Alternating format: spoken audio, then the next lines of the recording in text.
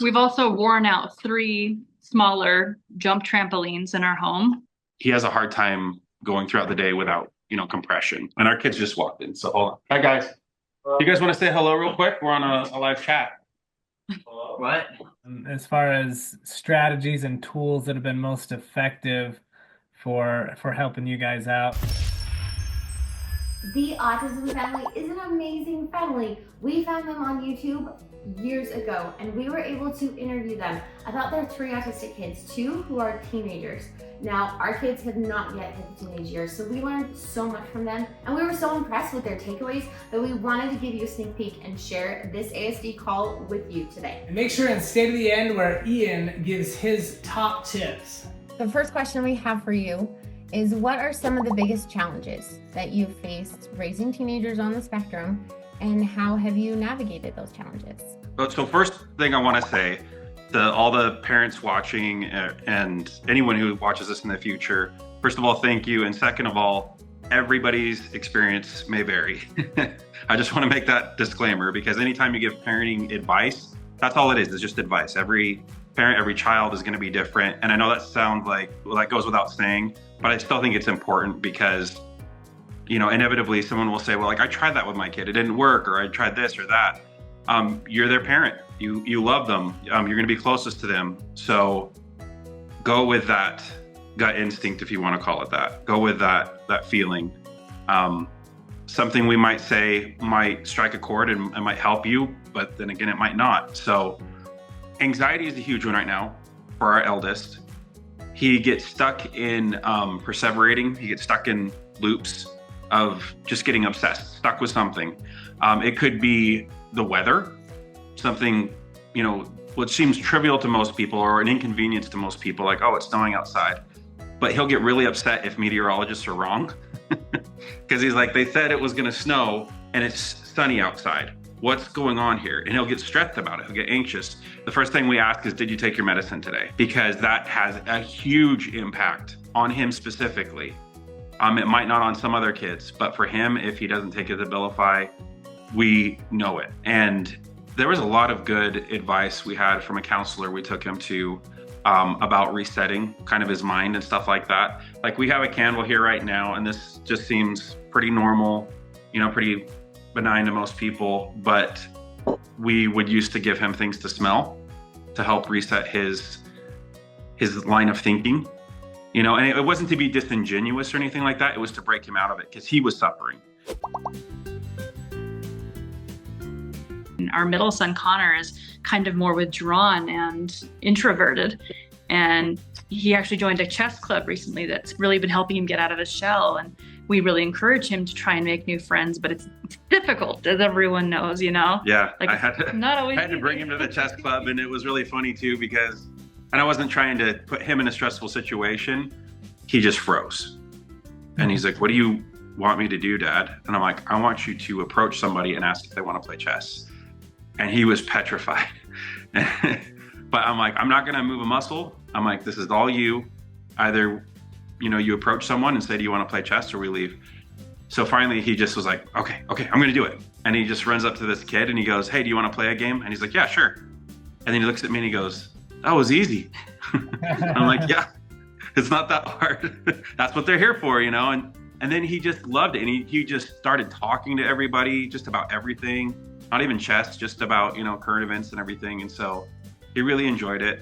Dealing with the emotional ups and downs is one of the biggest struggles. Yeah, the swings in emotion is really big. And just kind of, I don't know, would you say it's different than childhood in the sense that it's just that much more dramatic? Yeah, and I'll be really real with everyone. We give our kids, and it's just normal part of growing up, all that anxiety and anger, and if they don't know how to communicate it, we have one of those Everlast punching bags upstairs, where we tell them to punch a pillow. Like, if you're really, really upset and you just don't know how to deal with your emotions or feelings or whatever's going on in your life, or you have difficulty in homework and you're upset, go ahead, go punch a pillow, go punch the Everlast punching bag, or whatever you want to do. Nice. Stress balls, yeah. And walks alone, count to 10. Yeah, some of those things seem really stupid and normal, but we do a lot of box breathing. That's something a Navy SEAL, I think, kind of talked about. It's where you take in a breath for 4 seconds, hold it for 4 seconds, breathe out for 4 seconds, leave your lungs empty for 4 seconds. And that focuses and makes you concentrate on the act of breathing, and it slows your heart rate down, slows that anger response down, and makes you think about what you are doing to respond to the situation without, maybe blurting out something or reacting importunately. The breathing one really helps Ian a lot too, because we'll just walk him outside, especially now that it's cool. He loves the cool air for some reason, so he's always asking us to roll down the window when it's cold outside when we're driving. He's like, I just need the cool air on my face. He takes cold showers too in the morning, and it's always funny. Oh, yeah. I'll hear him scream a little bit, He's our Viking. He loves, the cold. So. Well, my fault. I told him there's big benefits to having a splash of cold water at the end of your shower. So now I hear hilarious, man. In the morning, we hear the shower turn on and this. Because the ice water hits him, He's so cute, but he's a great example of actually doing it because I'm terrible at that. So yeah, I'm not quite there. I'll take cool showers, but I don't know about the really freezing ones. You talked a little bit about this, but as far as strategies and tools that have been most effective for helping you guys out, so we've heard the box breathing, medication. That's a big one, right? Yeah, that's we didn't do it for a long time. That's trial and error too. I want to point out to parents, if they're new to medication or they're considering medication, not every kid's going to react the same. So if someone says, "Oh, you gotta put your kid on this, it's the best," they might have a terrible reaction to it. So sometimes you have to go through the cocktail one by one and weeks apart to try to find the right one. And I don't know if that's been your guys' experience, but yeah. Oh yeah, a long journey. Journey of like 2 years, I think. Mm-hmm. Yeah, we're finally on a medicine with Ezra that is working pretty well. Yeah, we're at a good spot, but it's also not a long-term thing with him. Like it's not gonna be the medicine he's on his whole life. It's just for right now we're at a good spot. Yeah. And that brings up a good point too, like with Alistair. When he got really stressed out, we're like, well, we'll try a little bit of medication because he's going through a period. And he took it for a little while and then he stopped. And then we talked to him about it, like, you need to take your medicine. And he's like, you know what, Dad? He's like, no, I think I'm okay. I feel okay. And we didn't press it because we noticed a marked improvement in his behavior. And so we're like, okay, if it happens again or you go through a really bad spell, we might reconsider it. But he's right on that border to where it's like he might need a little help every now and then. But, I know a lot of parents struggle with that. Like, oh, I don't want to drug my kids. And it's like, well, I don't think any of us do. It's just another tool in the tool belt to help them. Another thing too is helping him, like, what is he currently stuck on? Like if he needs to get something done, whether it's dishes, because we let our kids, I know some parents don't give their kids chores. I honestly don't understand that, but we're trying to help them be more self-reliant, more independent. So if he's stuck on his chore, like he doesn't want to do something like that, we try to help him or I give him a break. A deal. Yeah. I give him a break, like 10, 15 seconds, walk it off, do what you need to do, get back on that chore and do it before you go to bed tonight so you can be done with it. Because if they don't do a chore that day, if they put it off because they're trying to get out of it, I make them do it the next day because I'm awesome like that. And they hate it, but you know what? It worked. Yeah, sometimes too for them, it's just they need, some form of being grounded, whether that's like a really strong hug. He loves bear hugs. Yes. So if he's stuck on whatever he's anxious about, I'll just be like, do you need a hug right now? And I know it sounds simple, but he's like, yeah, big guy. He's taller than me now. He's like 6'5", but he's still just a little teddy bear. And he's like, yeah, I need a hug. Yeah. So we'll give him a compression hug. Alistair still loves compression hugs. And I'm always surprised too, because I'll give him a hug goodbye to school and he'll come up to me and he'll just snuggle. Yeah. And he really craves that. He has a hard time going throughout the day without, compression. And our kids just walked in, so hold on. Hi guys. You guys want to say hello real quick? We're on a live chat. What? Ian and Connor. Say hi real quick. They just walked back from church, and they're walking back and forth from church down the street on their own. They walk together for their young men's activities. Hi. Hey guys. Hello. Ian. Hi. Good to see ya. Yeah. guys Alistair, did you want to say hi too? fun? What? Did you do something fun at church? Yeah, we were learning about powerlifting. Yes, I'm very Nice. excited. So another thing on that list, Ian, do you want to come tell them about your routine, your morning routine that helps you get calm in the morning? Yeah, I would listen to rock music quietly in the morning before school, Sometimes. Yes, thank goodness. or Viking music, either way. Yeah. And if there's a Diet Dr. Pepper, I'll take the Diet Dr. Pepper. If there's a Diet Pepper, so I'll take it. I just love soda pop, Yeah. especially when it's caffeinated. So that's another thing that helps ground him. There's that morning routine that he kind of has to have. You know, like we all have routines and everything that we like to do. But there's a marked difference if he doesn't have that, right? Connor likes to go into the car in the garage where it's dark just because he can shut everything out, which I completely understand. Because, I mean, he goes into his room, Alistair and him share a room, right? So if Alistair's being really noisy, maybe he's stimming, that can be very distracting and it can be very hard for Connor. That's an interesting dynamic when you have autistic people living together and one loves sensory input like Alistair and one doesn't like sensory input like Connor, and putting them together, right? That can be a hard mix. Yeah, I'm with Connor on that, because I will do that if I have just driven home, gone to the garage, and I've turned off the car and it's just dark. Like sometimes I'll just sit for a while. Yeah. Like as soon as I go home, I mean, as soon as I walk through that door, it's gonna be a lot of sensory input, right? And people need me, and it's great. It's wonderful. It's the way it should be. But it's like I'm just gonna sit here for a second. Yeah.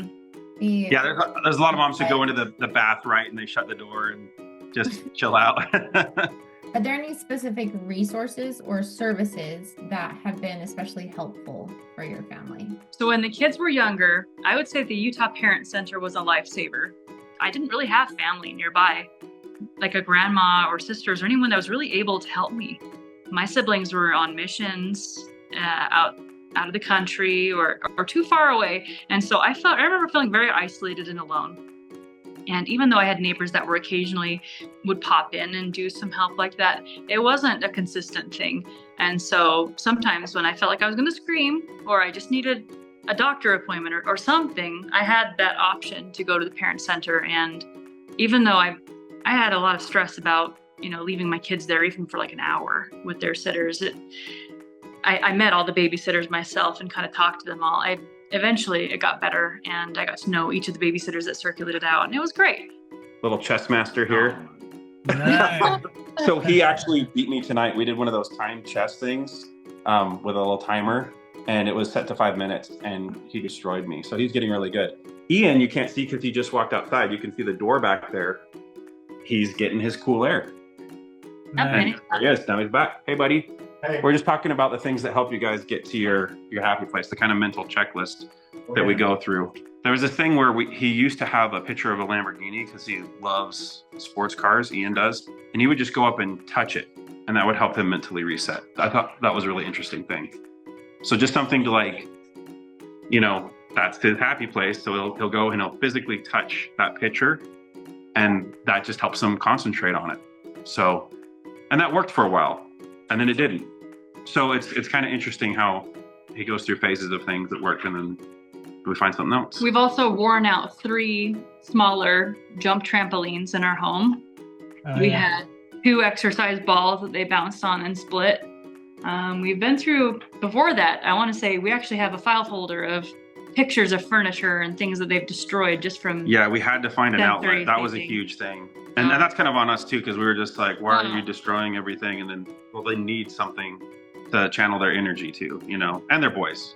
Boys have a lot of high energy. It's good. So how do you guys celebrate wins? Because that's something, there's a lot of, it's like, oh, you still can't do this or this or this, right? But especially like with Ezra, as I'm thinking, but have you found any cool things or any ways to celebrate, wins and milestones that your kids reached? Well, I like to celebrate it either by going someplace, like a mall. You told me we would go to Automotive Diction at some point. Oh yeah, so there's a car museum he loves to visit. You remember that? Yeah, Adam, we went to that video. Yeah. Yep. He still loves to go to that place. The funniest thing I ever do at gas station is I grab the 55-ounce cup and I fell all the way with Diet Dr. Pepper, and I drink it all like it's nothing. Don't you do that all the time, Ian? Yes, I do. Oh I my do it all the gosh. time. So he's a camel. He can just hide all that stuff. He does funny things all the time. Yeah. Yeah. Well, and I remember when when we were working with Ezra when he was really young, we would kind of have things that we would do to celebrate. Like when something would happen when he would hit a milestone, because he didn't even know how to communicate at 18 months old, and he would be thirsty and then he would go cry in the corner, like he didn't even know he could come and I could help him. And so when he would do things like that, we would give him, you know, the compliments and stuff like that. But then after we put him to bed, we would celebrate. And we would I remember we had a bunch of sparkling ciders, and they're all lined up on the top of our kitchen cabinets. And it was like, I think we need to take one of those down again and just celebrate. And it was nice to kind of just be like, yeah, we're working hard on this. We're trying to help him and support him. And if we look at it like, oh, he's 2 years late on this milestone, then we're not gonna be happy in that moment. We're not gonna be celebrating. But if we look at it with, we're so excited that he hit this milestone, we're so proud of him, he worked really hard, then it's a celebratory, you know, it's a moment to celebrate. So I love that. I wanted to add that too, because I think parents are often just too hard on themselves, and we often compare. It's a natural thing to do. So That's something we're getting better at, is taking more trips, either on our own or with others, now that the children are a little older. And I know that's not always possible when they're young, but we're trying to make time to have other adult friends. And that sounds so pathetic, but it's true. It's so important to have friends and to do things. Well, we appreciate you guys. We love you guys. Thanks for getting on and hanging out with us. Thanks everybody for joining, and we will see you guys all next week. So appreciate it a ton. Yeah. Thank you, Andersons. Appreciate right. you both. You bet. Yep. We'll talk to you later. Happy All right. holidays. Take care. Merry Christmas. Here is our autism babysitting playlist, where we have some awesome videos with the Autism Family. And here is our autism playlist. And remember, if you have an autistic child, you're in good company.